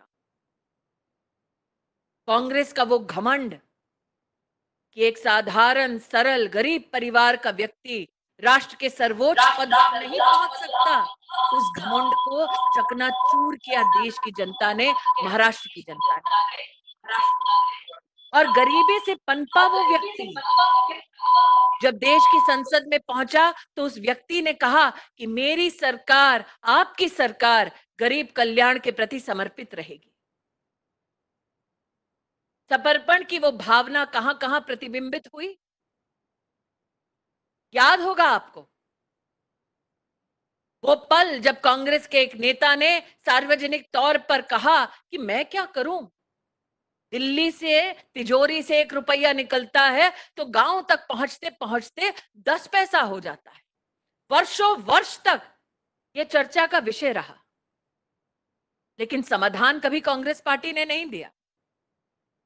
प्रधानमंत्री जब नरेंद्र भाई मोदी बने, तब उन्होंने कहा कि अगर तिजोरी से सीधा रुपया गरीब के पास पहुंचाना है तो उसका बैंक का खाता होना अनिवार्य है। जनधन योजना की शुरुआत हुई और इन 6 सालों में आज भारतीय जनता पार्टी का कार्यकर्ता गौरवान्वित है कि 38 करोड़ हिंदुस्तानियों को उनके जीवन में पहली बार बैंक का खाता अगर नसीब हुआ तो वो तब हुआ जब देश के प्रधानमंत्री नरेंद्र मोदी बने। मुझे आज भी याद है जब जनधन का खाता खुला था तब कुछ विपक्षी पार्टियों के नेताओं ने कहा था इसका फायदा क्या है। और आज वैश्विक महामारी से जब हमारा देश जूझ रहा है तो एक फायदा महिला होने के नाते मैं गिनवा सकती हूं। अप्रैल और मई के महीने में 38 करोड़ जनधन खातों में से 20 करोड़ खाते हिंदुस्तान की महिलाओं के और सीधा भारत की तिजोरी से उन 20 करोड़ महिलाओं के बैंक के खाते में 20,000 करोड़ रुपया ट्रांसफर किया गया नरेंद्र मोदी जी के नेतृत्व में। ये शायद वो लोग समझेंगे जिन्होंने वर्षों वर्ष गरीब को भारत की तिजोरी से दूर रखा। ये वो समझेंगे जिन्होंने कमल का बटन दबाकर ये विश्वास व्यक्त किया कि अब व्यवस्थाएं बदलेंगी, पारदर्शिता से सरकार चलेगी। आज आपके सम्मुख जब मैं खड़ी हूं तो याद करती हूं कोंकण में वर्षों पहले एक कार्यक्रम में जाकर जब संबोधन किया तो वहां की बहनों ने आकर मुझसे कहा कि शाम की रोटी बनाने के लिए जल्दी घर जाना है। क्यों? लकड़ी बीन कर रखी है, लकड़ी बिल्कुल ड्राई हो, सूखी हो, ताकि धुआं ज्यादा ना भरे रसोई में। ये छोटी छोटी चर्चाएं महिलाएं करती। किसी ने ये कल्पना प्रस्तुत नहीं की राष्ट्र के सामने कि एक गरीब महिला को भी स्वच्छ ईंधन का अधिकार है। नरेंद्र मोदी जी ने पहले वर्ष में ही 2014 में आह्वान किया कि अगर गरीब बहनों की रसोई में स्वच्छ ईंधन देना है then give it up. If you can afford to give up your subsidy for LPG cylinders, please give it up. और मैं आभार व्यक्त करती हूं, देश में 1 करोड़ से भी ज्यादा परिवारों ने अपनी सब्सिडी छोड़ी इस विश्वास के साथ मोदी ने कहा है तो गरीब तक ये मदद पहुंचेगी जरूर। और आज भाजपा का कार्यकर्ता गर्व के साथ कह सकता है कि जो 70 साल में नहीं हुआ ये इन गत 6 सालों में हुआ है। 8 करोड़ से भी ज्यादा गरीब बहनों को जीवन में पहली बार एलपीजी का सिलेंडर मिला है। वैश्विक महामारी कोरोना से लड़ते हुए इस कार्यकाल में उज्ज्वला योजना से जुड़ी उन्हीं बहनों को 3 महीने का एलपीजी का सिलेंडर का रिफिल मुफ्त में दिया गया है। और आज जब कोई उपलब्धियां गिनवाता है सरकार की अथवा जब कोई चर्चा करता है, कम से कम इस बात का आशीर्वाद निश्चित रूप से देता है कि गरीब परिवार की माताओं बहनों ने कभी कल्पना नहीं की थी कि स्वच्छ ईंधन मिलेगा, लेकिन फिर भी मोदी जी ने उनकी चिंता करते हुए उज्ज्वला योजना की शुरुआत की। सिर्फ ईंधन ही क्यों, शौचालय जैसा एक बेसिक अधिकार हमारे देश में गरीब परिवारों के पास नहीं था। ये वो अधिकार है जिसके बारे में कभी भी कांग्रेस के राज में विशेष कार्यक्रम कार्य नहीं किया गया। घोषणाएं बहुत की गई लेकिन धरातल पर उसको समाधान हेतु हकीकत नहीं बनाया गया। मोदी जी ने स्वच्छ भारत अभियान की न सिर्फ घोषणा की बल्कि प्रशासन को आदेश किया कि हमें गरीब से गरीब परिवारों के लिए शौचालय बनाना है। मुझे आज भी याद है लाल किले की प्राचीर से उन्होंने कहा कि क्या हमें शोभा देता है अगर हमारी बहू बेटियां माताएं बहनें खुले में शौच करें। एक राष्ट्रीय आह्वान किया और इन 6 सालों में 11 करोड़ से भी ज्यादा शौचालय बने। भारतीय जनता पार्टी की सरकार के चलते। आज जब कार्यकर्ताओं को संबोधित करती हूं, भाइयों से शायद इतना ना कह पाऊं, लेकिन बहनें जानती हैं कि वो एक शौचालय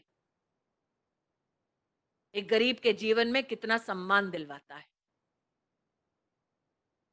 और ये कहने के साथ साथ महाराष्ट्र जो एक किसान प्रधान प्रदेश भी है, उसके संदर्भ में कहना चाहती हूं। यूपीए के कार्यकाल में कई कांग्रेसी नेता थे जिन्होंने इस बात का आह्वान किया कि हम किसान को भारी कर्जे से मुक्त करना चाहते हैं, किसान की आमदनी को बढ़ाना चाहते हैं। लेकिन यूपीए के कार्यकाल में आंखों के सामने धोखा देखा किसानों ने। घोषणाओं तक सीमित रह गई कांग्रेस की सरकार और प्रधानमंत्री नरेंद्र मोदी ने राष्ट्र के इतिहास में पहली बार न सिर्फ ये घोषणा की बल्कि फलीभूत किया कि अब हिंदुस्तान की तिजोरी से किसान सम्मान निधि के तहत सीधा किसान के खाते में वार्षिक रूप से 6,000 रुपया जाएगा, आने वाले 10 साल तक जाएगा। आज कार्यकर्ताओं से कहते हुए मुझे आनंद है कि न सिर्फ मई 2020 तक 9 करोड़ 50 लाख किसानों को 71,000 करोड़ रुपया दिया गया, साथ ही विशेष गरीब कल्याण पैकेज के तहत 16,000 करोड़ रुपया देश के किसानों को दिया गया ताकि वो अपने परिवार का, अपनी खेती का संरक्षण कर सके। आज देवेंद्र जी ने कोंकण में निसर्ग के संदर्भ में अपनी वेदना को व्यक्त किया। रायगढ़, सिंधुदुर्ग, रत्नागिरी, देवेंद्र जी आपका भाषण सुनते ही मन विचलित हो चुका, क्योंकि ये वो कोंकण है जिसने स्वतंत्रता संग्राम में राष्ट्र को बलिदान हेतु रोशन किया था। और आज इसी कोंकण में नागरिक हमारा बिजली के लिए जूझ रहा है। चक्रवात के समय और उसके बाद कोंकण का नागरिक किसी बस की शेल्टर के नीचे अपने आप को बचाने का प्रयास कर रहा है। इससे बड़ा दुर्भाग्य हमारा नहीं हो सकता। आज मैं कोंकण प्रांत के नागरिकों को आश्वस्त करना चाहती हूं कि भले ही देवेंद्र जी माजी मुख्यमंत्री हैं, भले ही नारायण राणे जी पूर्व मुख्यमंत्री हैं, लेकिन भारतीय जनता पार्टी का संस्कार ये कि भले ही आघाड़ी की सरकार कोई काम ना करे, हमारा नेतृत्व, हमारे कार्यकर्ता आपके साथ कंधे से कंधा मिलाकर इस परिस्थिति में काम करेंगे। कोंकण का नागरिक, महाराष्ट्र का नागरिक ब्लू इकोनॉमी के बारे में बहुत ही प्रोत्साहित किया जाता है। आज उनके लिए मेरा एक निवेदन है। माननीय प्रधानमंत्री जी ने विशेष रूप से 1 लाख करोड़ के एग्री इंफ्रा प्रोजेक्ट्स की घोषणा की, जिसके अंतर्गत प्रधानमंत्री मत्स्य संपदा योजना के लिए 20,000 करोड़ का आवंटन किया गया है। साथ ही एक्वाकल्चर के लिए 11,000 करोड़ का आवंटन किया गया है और 9,000 करोड़ विशेष कोल्ड चेन के लिए और फिशिंग हार्बर के लिए घोषित हुआ है।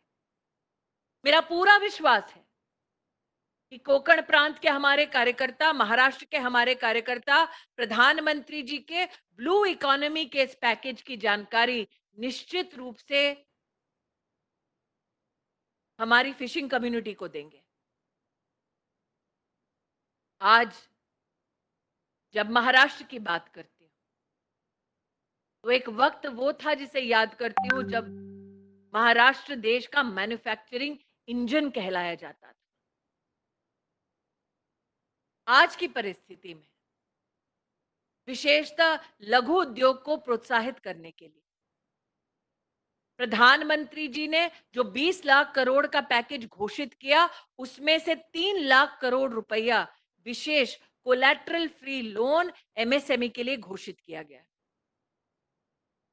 हमारे लिए गर्व की बात है कि सूक्ष्म और लघु उद्योग के जो मंत्री हैं वो स्वयं महाराष्ट्र के एक वरिष्ठ नेता आदरणीय नितिन गडकरी जी हैं। और एक कार्यकर्ता होने के नाते मेरा ये पूर्ण विश्वास है कि नितिन जी के नेतृत्व में प्रधानमंत्री जी के आशीर्वाद से न सिर्फ राष्ट्र भर में एमएसएमई प्रगति करेगा बल्कि विशेष महाराष्ट्र में भी एमएसएमई को बल मिलेगा। मैंने इस बात का संज्ञान लिया है कि आज हमारी वर्चुअल इस रैली में आदरणीय रेल मंत्री पीयूष भाई गोयल भी सम्मिलित हैं। मुझे आज भी याद है वो मंजर जब पीयूष गोयल जी भारत सरकार के प्रति बार बार महाराष्ट्र सरकार से निवेदन करते कि अगर कोई भी प्रवासी मजदूर है जो अपने प्रदेशों में लौटना चाहता है तो भारत सरकार, भारतीय रेल उनकी व्यवस्थाओं को करने के लिए सुदृढ़ प्रयास कर रही है। 2-3 दिन तक महाराष्ट्र की सरकार इस कश्मकश में रही कि राजनीति कैसे हो। लेकिन एक कार्यकर्ता होने के नाते आज महाराष्ट्र भारतीय जनता पार्टी प्रदेश का कार्यकर्ता इस बात का संतोष कर सकता है कि पीयूष गोयल जी के नेतृत्व में, मोदी जी के आशीर्वाद से, अमित शाह जी के सहयोग से 60 लाख से भी ज्यादा हमारे प्रवासी मजदूर 4000 से भी ज्यादा श्रमिक ट्रेनों के माध्यम से अपने घरों में लौटे हैं। मंत्री जी के आशीर्वाद से इसका 80% खर्चा, 85% खर्चा भारत सरकार ने व्यय किया है। ये बातें कहना आज इसलिए जरूरी है क्योंकि कहीं ना कहीं प्रदेश में एक भ्रम की स्थिति को बनाया जा रहा है और भ्रम की स्थिति को बनाने के पीछे कारण मात्र एक, हम काम करेंगे नहीं लेकिन अगर भाजपा काम करेगी तो उन्हें करने देंगे नहीं। और इसीलिए आज मैंने कहा कि अगर कोई भी प्रवासी कांग्रेस कल्चर पूर्ण रूप से लिप्त कर चुका है उन लोगों को जो आज सरकार चला रही है। और ये कांग्रेस कल्चर है क्या? जब जब राष्ट्र को चुनौती का सामना करना पड़ता है तब तब ये कांग्रेस कल्चर विवश होता है कि राष्ट्र की क्षमता पर प्रश्न चिन्ह लगाए। और प्रश्न चिन्ह लगाते हैं कौन? वो जिन्होंने 50 साल की उम्र में एक नौकरी अपने दम पर नहीं। ये वो सज्जन है जो सब प्रश्न करते हैं भारत की सेना से जब एयर स्ट्राइक होता है पाकिस्तान। ये वो सज्जन है जो हिंदुस्तान की सेना से प्रमाण मांगते हैं कि दुश्मन को कैसे आपने हराया अथवा दुश्मन पर आपने कैसे प्रहार किया। अरे ये वो सज्जन है, ये वो पार्टी है जब देश की संसद में चर्चा होती है कि कैसे पाकिस्तान, बांग्लादेश और अफगानिस्तान में हिंदू, सिख, बौद्ध, पारसी, जूस प्रताड़ित हो रहे हैं, उनको हिंदुस्तान में शरण दी जाए। ये वो पार्टी है जो हिंदू, बुद्ध, सिख, पारसी, जैन इनका विरोध करते हैं।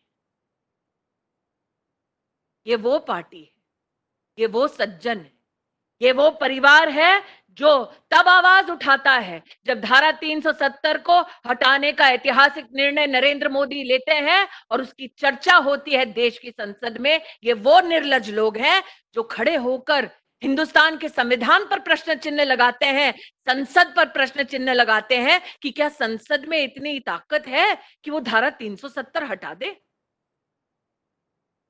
आज जब दीप प्रज्वलित हुआ, सामने निश्चित रूप से श्यामा प्रसाद मुखर्जी जी का चित्र रहा होगा। मां भारती की आप सब वंदना करके ही इस कार्यक्रम को शुरू कर पाए। वर्षों वर्ष भाजपा के कार्यकर्ताओं ने कहा जहां हुए बलिदान मुखर्जी वो कश्मीर हमारा है, और उस बलिदान को श्रद्धांजलि मिली। कश्मीर से लेकर कन्याकुमारी तक एक संवैधानिक सूत्र में हिंदुस्तान को बांधा नरेंद्र मोदी ने, क्योंकि जनता ने आशीर्वाद दिया, कार्यकर्ता ने सहयोग किया। आज जब आप सबको संबोधित कर रही हूं और उस सज्जन की बात कर रही हूं जो अमेठी छोड़कर अब वायनाड में स्थापित हैं, तब ये भी याद करती हूं कि चुनाव में कैसे मंदिर मंदिर घूम रहे थे ताकि फोटो अच्छी आ जाए। लोगों को आश्वस्त कर रहे थे कि मैं हिंदुत्व और हिंदुइज्म के अगेंस्ट नहीं हूं। वो आस्था जो सिर्फ 5 साल में एक बार प्रकट होती है जब चुनाव आता है, उस आस्था के चलते लोगों को भ्रमित कर रहे थे। लेकिन साथ ही उनके सहयोगी मजाक करते थे कि कहते हो भाजपाइयों कि मंदिर वही बनाएंगे लेकिन तारीख नहीं बताएंगे। और आज भारतीय जनता पार्टी के कार्यकर्ता ने संयम का परिचय देते हुए आज इस बात का अभिनंदन और आभार व्यक्त करना चाहिए कि न सिर्फ सुप्रीम कोर्ट का जजमेंट आया, बल्कि साथ ही नरेंद्र मोदी जी के नेतृत्व में उत्तर प्रदेश की सरकार आज भव्य राम मंदिर के निर्माण की शुरुआत कर चुकी है।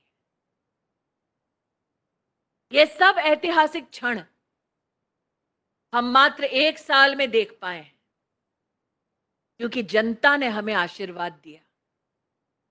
और आज उस जनता का आभार इस संवाद, इस रैली के माध्यम से मैं करना चाहूंगी। आज इस संवाद की जब शुरुआत हुई, तब हमने श्रद्धांजलि अर्पित की उन वीरों को जिन्होंने अपने लहू से भारत की सुरक्षा को सींचा है। दुख होता है, कष्ट होता है कि जब जब दुश्मन एक एक हाथ करने का प्रयास करता है, तब तब राहुल गांधी उनके समर्थन में बोलते हैं। कुछ लोगों का यह मानना है कि हमें एक नागरिक होने के नाते यह अपेक्षा ही नहीं करनी चाहिए कि वो भारत की फोर्सेस के साथ, भारत के साथ खड़े होंगे। आज जब मैं कोंकण को, महाराष्ट्र को संबोधित करती हूं, तो याद करती हूं छत्रपति शिवाजी महाराज की उस मां को जिसने संग्राम के प्राण फूके अपने पुत्र में। और दुर्भाग्य है कि आज उस संघर्षशील प्रदेश में एक ऐसी पार्टी की सरकार है जो प्रश्न चिन्ह लगाती है, चाइना के साथ खड़ी होती है, पाकिस्तान के साथ दोस्ती की बात करती है। ये कौन सी पार्टी है, ये कौन सा संस्कार है, इसको समझने के लिए कुछ लोगों को समय लगा। लेकिन हाल ही में जो राजीव गांधी फाउंडेशन के बारे में तथ्य सामने आए, उन्होंने देश के नागरिकों को चौंका दिया, झिंझोड़ कर रख दिया। राजीव गांधी फाउंडेशन के कर्ता धर्ता कौन? 3, सोनिया, राहुल और प्रियंका गांधी। राजीव गांधी फाउंडेशन का कृत्य क्या? चाइना की एम्बेसी से पैसा लेना। राजीव गांधी फाउंडेशन का कृत्य क्या? जो प्रधानमंत्री रिलीफ फंड में देश का नागरिक डोनेशन देता है, उससे पैसा निकालकर अपनी फाउंडेशन में दे देना। मैंने जीवन में नहीं सोचा था कि राष्ट्र का नागरिक जब किसी आपदा में अपने दूसरे नागरिकों की मदद करने के लिए अपना पेट काट के दान देता है, वो पैसा भी खाने की क्षमता गांधी खानदान में है। कहां वो जिजाऊ जिसने प्रेरित किया संग्राम के लिए, और कहां ये मां जो बच्चों के साथ देश को लूटने की कोई कसर नहीं छोड़ती। और स्तब्ध तो मैं तब रह गई जब राजीव गांधी फाउंडेशन के एक ऐसे तथ्य को मैंने देखा जिसके माध्यम से राष्ट्र को पता चला कि 1991 में मनमोहन सिंह जी जब वित्त मंत्री थे, तो उन्होंने घोषणा की बजट में, जिस फाउंडेशन की कर्ता धर्ता सोनिया जी हैं, उसको भारत के बजट से 100 करोड़ रुपया दिया जाएगा। स्तब्ध तो मैं तब थी जब मैंने देखा कि राजीव गांधी फाउंडेशन में न सिर्फ मनमोहन सिंह जी ने वित्त मंत्री होने के नाते 100 करोड़ रुपया देने की घोषणा की, बल्कि साथ ही जब यूपीए की सरकार थी तो 7 मंत्रालयों ने और भारत सरकार के 11 पीएसयूज ने पैसा दिया इस ऐसे फाउंडेशन को जो चलाती सिर्फ सोनिया जी और उनके 2 बच्चे हैं। शायद पॉलिटिकल हफ्ता देने का इससे सुनहरा उदाहरण देश की राजनीति में नहीं देखा गया होगा।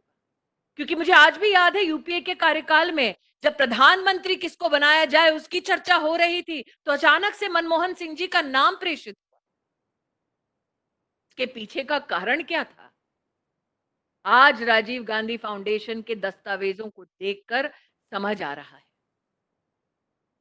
इसलिए आज जितने कार्यकर्ता, जितने नागरिक जुड़े हैं, उनसे कहना चाहती हूं कि जब तक कांग्रेस कल्चर अपनी गिरफ्त में महाराष्ट्र को रखेगा तब तक हमें चैन की सांस नहीं लेना है।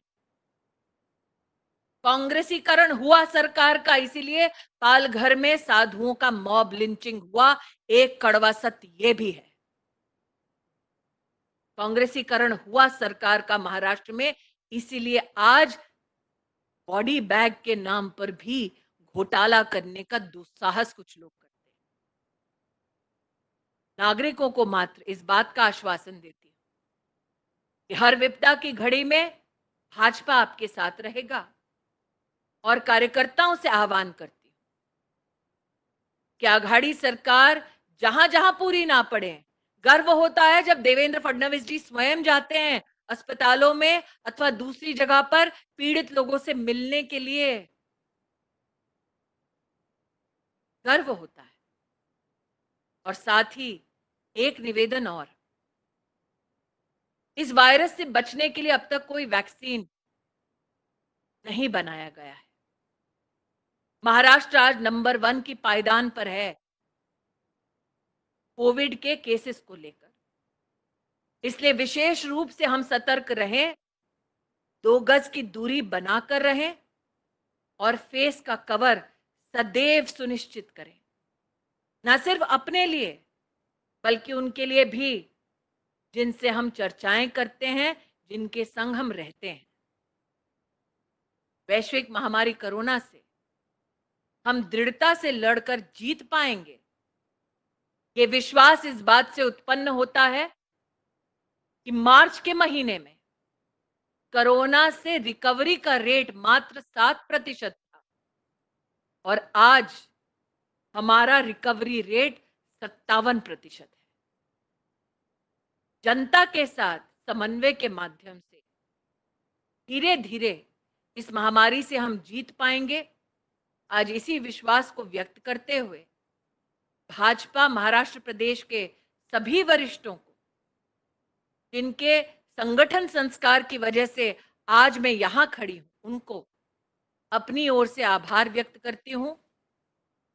रैली के प्रमुख बावनकुले जी को भी, साथ में कोटेजा जी को, सरोज पांडे जी को, पूनम महाजन जी को, विनोद तावड़े जी को, सुनील करजतकर जी को, सभी लोगों को आज इस सफल आयोजन के लिए बहुत बहुत अभिनंदन देती हूं। जय हिंद, जय महाराष्ट्र।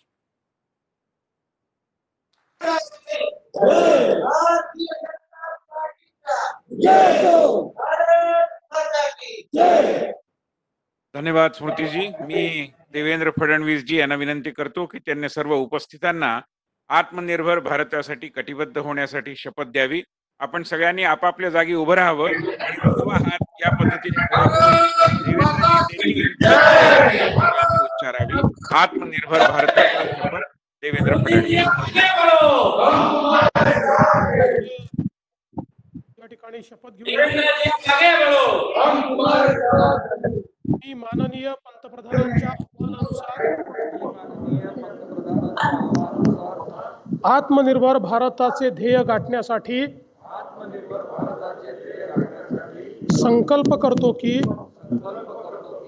मी भारताच्या संविधानाने निर्देशित केलेल्या नागरिकांच्या कर्तव्याचे पालन करेन। मी राष्ट्रीय एकात्मतेची भावना, लोकशाहीची मूल्ये, समताधिष्ठित समाजाची निर्मिती,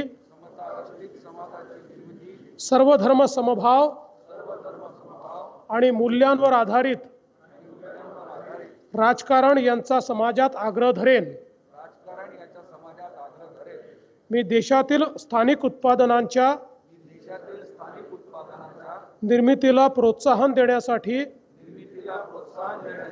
समर्पित भावनेनं काम करेन. शक्य तितकी खरेदी स्थानिक उत्पादनांचीच करेन. मी कोरोनाच्या साथीशी लढण्यासाठी सामाजिक जागरूकता, आरोग्य आणि स्वच्छतेचे अभियान पुढे चालू ठेवेन. भारत माता की जय.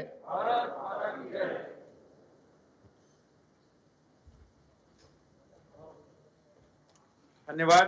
यानंतर श्री प्रसाद लाड आपले आमदार हे आभार प्रदर्शन करतील आणि त्यानंतर कार्यक्रम संपेल.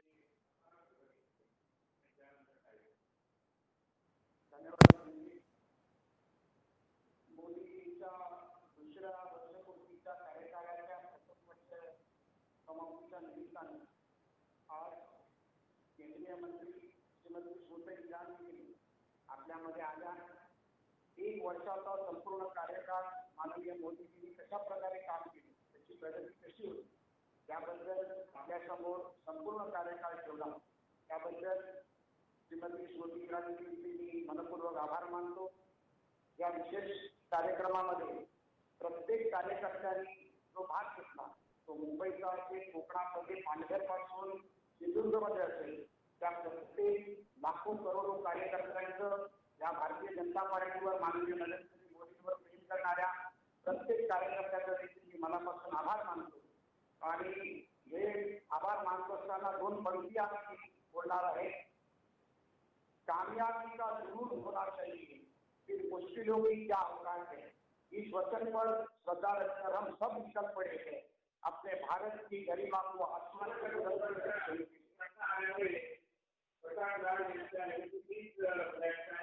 त्याचबरोबर विविध ठिकाणी मंचांवर उपस्थित असलेले आपले सर्व मान्यवर नेते आणि हजार बूथवरती जीवाचं कान करून या जनसंवाद रॅलीमध्ये सहभागी झालेले पक्षाचे कार्यकर्ते आणि पक्षाचे समर्थक या सगळ्यांच्या विषयीची कृतज्ञता व्यक्त करतो.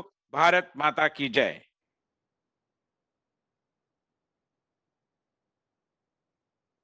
मंगल प्रभात जी, आशीष शेलार जी का नाम लेना क्षमा प्रार्थना